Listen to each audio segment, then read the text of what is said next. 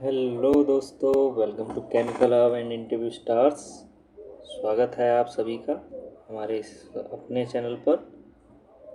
तो अगर आप जॉब के लिए अप्लाई कर रहे हो तो आपको पता होना चाहिए कि कंपनी आपको सिलेक्ट कैसे करती है। क्या सिर्फ रिज्यूम काफ़ी है या फिर और भी स्टेजेस होती हैं। आज हम जानेंगे एक कंपनी का कंप्लीट सिलेक्शन प्रोसेस एक कैंडिडेट की नज़र से। हाँ जी, आज हम जानेंगे कि एक कैंडिडेट की नज़र से जानेंगे कि एक सिलेक्शन प्रोसेस आखिर होता क्या है, कैसे होता है, कौन कौन सी प्रोसेस होती हैं जो एचआर काम में लेते हैं एक कैंडिडेट को सिलेक्ट करने के लिए। तो चलिए शुरू करते हैं। Job posting and applications.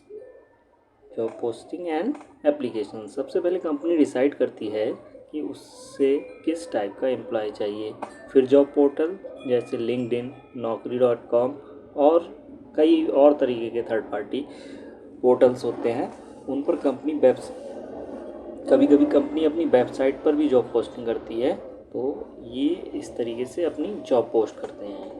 LinkedIn हो गया, naukri.com हो गया, कंपनी वेबसाइट्स अपनी खुद की वेबसाइट्स पे करती है, या फिर कोई भी अन्य थर्ड पार्टी कंपोनेंट हो सकता है। जैसे यहाँ पे आप विजुअल्स में देख सकते हैं, ऐसे इस टाइप के आपने देखे होंगे, we are hiring and join our team. This type of advertisement you have scene.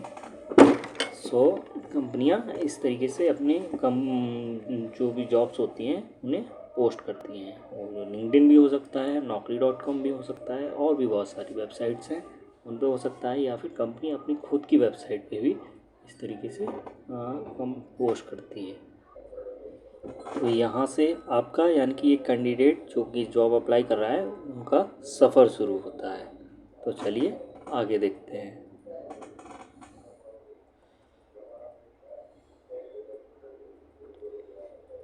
आगे हम बात करेंगे रिज्यूम स्क्रीनिंग की।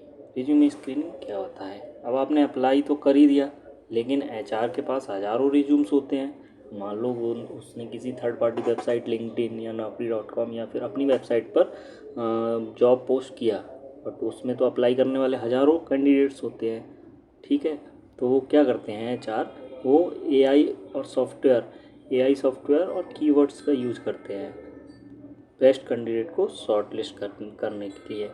यानी कि कुछ एआई टूल्स और कीवर्ड्स की सहायता से वो सॉर्ट आउट करते हैं, यानी चूज़ आउट करते हैं कैंडिडेट्स को उन हज़ारों रिज्यूम्स में से, या हज़ारों रिज्यूम्स या फिर हज़ारों एप्लीकेशंस में से जो उनके पास आए हैं। तो अपना रिज्यूम ऑप्टिमाइज करना ना भूलिए। मतलब रिज्यूम आपका जितना अच्छा बना होगा, जितना इफ़ेक्टिव होगा, जितना अट्रैक्टिव होगा, उतने ज़्यादा चांसेस होते हैं आपके किसी भी जॉब या एप्लीकेशन के सिलेक्ट होने के। तो सबसे पहले काम हमको क्या करना है, रिज्यूम को ऑप्टिमाइज करना है, जिसके बारे में हम आगे आने वाले समय में शायद वीडियो बनाएंगे, जिसमें आपको बताएंगे कि रिज्यूम को किस तरीके से, कौन से पॉइंट्स हमें ध्यान रखने चाहिए जो रिज्यूम को अट्रैक्टिव बना सकते हैं, और आपकी फर्स्ट स्टेप यानी कि रिज्यूम स्क्रीनिंग में आपके रिज्यूम को सिलेक्ट करवाने के लिए काफ़ी हेल्प रहेंगे। तो जुड़े रहिए केमिकल हब इंटरव्यू स्टार से। आगे हम वीडियोस में इसको भी कवर करेंगे। अभी हम बात करते हैं कि एचआर किस तरीके से रिज्यूम आपका सिलेक्ट करता है। तो अब एक बार रिज्यूम सिलेक्ट हो जाता है, उसके बाद की प्रोसेस क्या होती है? उसके बाद की प्रोसेस होती है स्क्रीनिंग कॉल या इनिशियल इंटरव्यू। अगर रिज्यूम शॉर्ट लिस्ट हो गया तो एक स्क्रीनिंग कॉल आता है।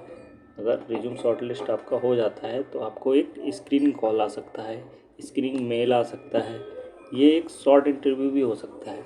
इस शॉर्ट इंटरव्यू में क्या होता है, जिसमें एचआर आपसे कुछ बेसिक सवाल पूछेगा आपके रिज्यूम के बेस पे कि आपका एक्सपीरियंस, आपका क्वालिफ़िकेशंस क्या क्या है, एक्सपीरियंस और क्या क्या है, कितने साल का एक्सपीरियंस है, किस किस कंपनी में आपने या किस किस ऑर्गेनाइजेशन में आपने काम किया है, और सैलरी एक्सपेक्टेशन आपकी कितनी है, अभी आपकी सैलरी कितनी है।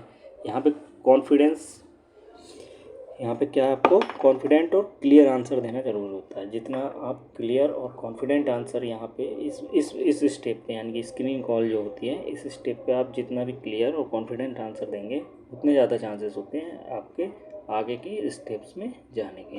तो चलिए आगे देखते हैं आगे क्या होता है।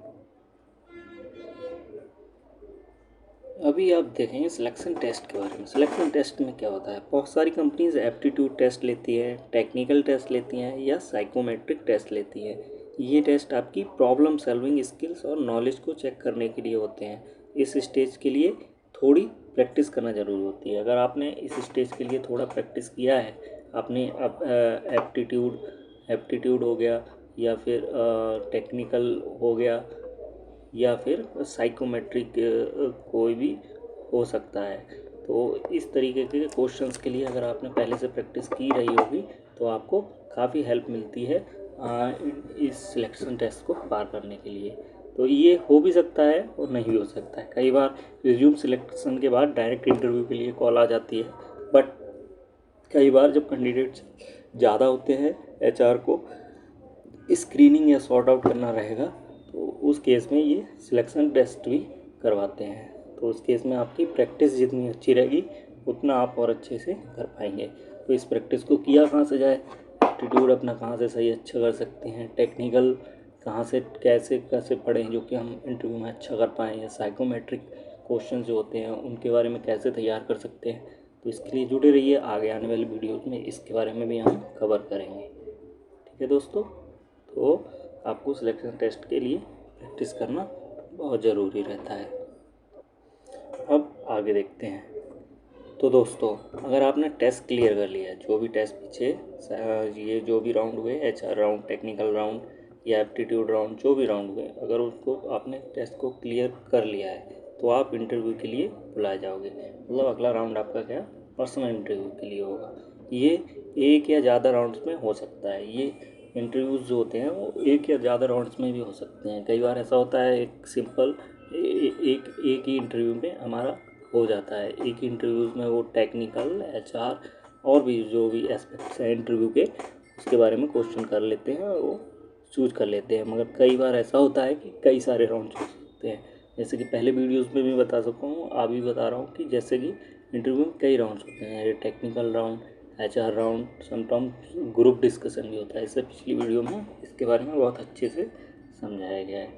तो इंटरव्यू राउंड्स हो सकता है तो इंटरव्यूज़ में और कभी कभी ग्रुप डिस्कशन भी हो जाता है। अगर यहाँ पे आपके स्किल्स और कॉन्फिडेंस और पर्सनालिटी जज की जाती है। यहाँ पे आपका क्या है, स्किल और डेवलपमेंट और पर्सनालिटी जज की जाती है, यानी कि आपके पर्सनालिटी के बारे में वो जज करते हैं इंटरव्यूअर्स कि आप उनके मतलब जो उनको कैंडिडेट की ज़रूरत है, जो उनकी रिक्वायरमेंट्स हैं उन पे खरे उतरते हैं कि नहीं।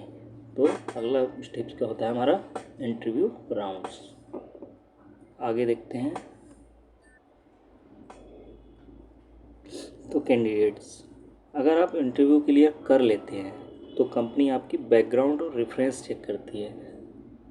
पहले से ही इंश्योर करो कि आपके पास्ट एक्सपीरियंस और डॉक्यूमेंट्स जेन्युइन हैं, वरना लास्ट मोमेंट पर प्रॉब्लम हो सकती है। मतलब पहले ही आपको इंश्योर करना है कि आप जहाँ भी इंटरव्यू देने जा रहे हैं, जिस भी पोस्ट के लिए जिस भी कंपनी में इंटरव्यू देने जा रहे हैं, तो वो जो भी उन्होंने एक्सपीरियंस रिक्वायरमेंट है, उनकी जो भी एक्सपीरियंस रिक्वायरमेंट है या फिर जो भी डॉक्यूमेंट रिक्वायरमेंट है, उन पर आपको इंश्योर करना है जाने से पहले कि आपके पास वो है कि नहीं। जैसे कि वो कुछ भी हो सकते हैं, कुछ भी का मतलब एक्सपीरियंस लेटर हो गए, ठीक है। कई बार कंपनीज पिछली कंपनी से एनओसी भी मांगती हैं, एनओसी हो सकती है, या फिर आपके एजुकेशन डॉक्यूमेंट भी हो सकते हैं। एजुकेशन डॉक्यूमेंट में आपकी मार्कशीट्स हो गई, या फिर आपके कोई भी ग्रेड कार्ड्स हो गए, या किसी भी तरीके के डॉक्यूमेंट जो उनको ज़रूरी रहेंगे, वो अगर आपके पास नहीं है तो हो सकता है लास्ट स्टेप में आपको दिक्कत आ सकती है। तो आप जाने से पहले ये आपको इंश्योर करना है कि आपके सारे डॉक्यूमेंट्स पूरे हैं, सारे एक्सपीरियंस लेटर्स पूरे हैं, और अगर एनओसी मांगा है कंपनी ने पिछली कंपनी से तो वो आपके पूरे हैं या नहीं है, ठीक है। तो आपको ये ध्यान में रखना है किसी भी इंटरव्यू में जाने से पहले। ओके, तो बस कैंडिडेट, अगर सब कुछ सही रहा तो आपको जॉब ऑफर लेटर मिल जाता है। जॉब ऑफ़र मिल जाता है। वो जॉब ऑफ़र ऑन पॉइंट उसी समय दे सकते हैं या फिर बाद में 1-2 दिन में आपको मेल के थ्रू या फिर बाई पोस्ट आपके पास मिल जाएगा। तो आपको जॉब ऑफ़र मिल गया। अब आपको सैलरी, बेनिफिट्स और जॉइनिंग डेट की डिटेल उसके जॉब ऑफ़र में ही दी जाती है। आपको बताया जाता है कि आपकी सैलरी कितनी रहेगी, आपका प्रोबेशन कब तक रहेगा, एम्प्लॉय बेनिफिट्स क्या क्या रहेंगे, आपको मेडिकल सुविधा मिलेगी या नहीं मिलेगी, और बाकी आपके वर्किंग आवर क्या रहेंगे, ड्यूटी टाइमिंग क्या रहेगी, ये सब सारी चीज़ें आपके ऑफ़र लेटर में बताई जाती हैं। साथ ही बताया जाता है कि आपको कब से कब तक ज्वाइन करना रहेगा। तो बस अब आपको ऑफ़र लेटर एक्सेप्ट करने से पहले टर्म्स को अच्छे से समझना है, टर्म्स को अच्छे से समझ जाओ, फिर उसके बाद आप उसको एक्सेप्टेंस मेल, फिर एक्सेप्टेंस, कई बार एक्सेप्टेंस कॉल आप उसको बोल सकते हैं कि हाँ भाई, अगर आपको फुलफ़िल होती हैं आपकी सारी रिक्वायरमेंट्स तो आप इंटरव्यूअर्स को या फिर ऑर्गेनाइजेशन को बोल सकते हैं कि हाँ भाई मैं इतना इतना डेट पे ज्वाइन करूँगा। ठीक है दोस्तों।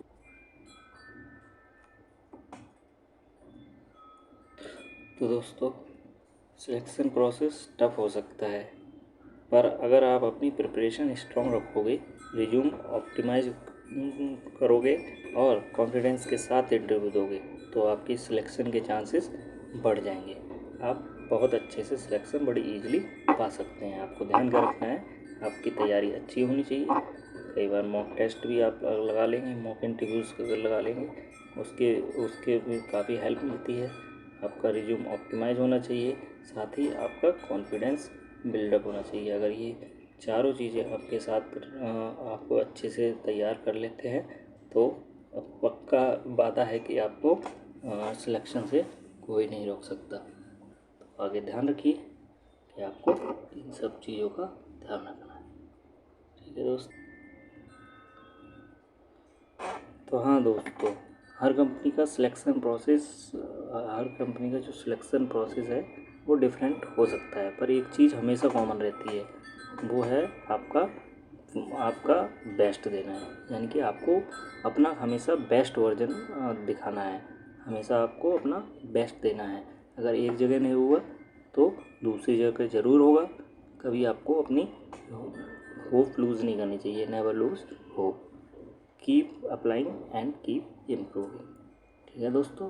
तो ऐसा नहीं है कि आपका किसी एक इंटरव्यूज़ में नहीं होता है तो आप बहुत ज़्यादा परेशान हो जाएं, बहुत ज़्यादा डिमोटिवेट हो जाएं, ऐसा करने की ज़रूरत नहीं है। कई बार होता है कि आपका कुछ हो सकता है आगे का भी किसी दूसरे इंटरव्यू में आपका हो, वो शायद इससे बेटर हो जिसमें आपका हुआ ना हो। तो आपको कभी भी अपनी होप नहीं खोनी है और हमेशा इम्प्रूवमेंट की तरफ ध्यान देना है। ठीक है दोस्तों, आशा है आपको इस वीडियो से काफ़ी कुछ सीखने को मिला होगा। अगर आपको कुछ सीखने को मिला है, आपको ये वीडियो अच्छी लगी है तो आप लाइक कर सकते हैं, शेयर कर सकते हैं। साथ ही अगर आप इस चैनल पर नए हैं तो सब्सक्राइब कर सकते हैं, जिससे आगे आने वाली ऐसी ही इनसाइट्स वीडियो के लिए आपको इस चैनल से जुड़ा रहना होगा साथ ही। ठीक है दोस्तों, thank you so much. Okay, bye bye.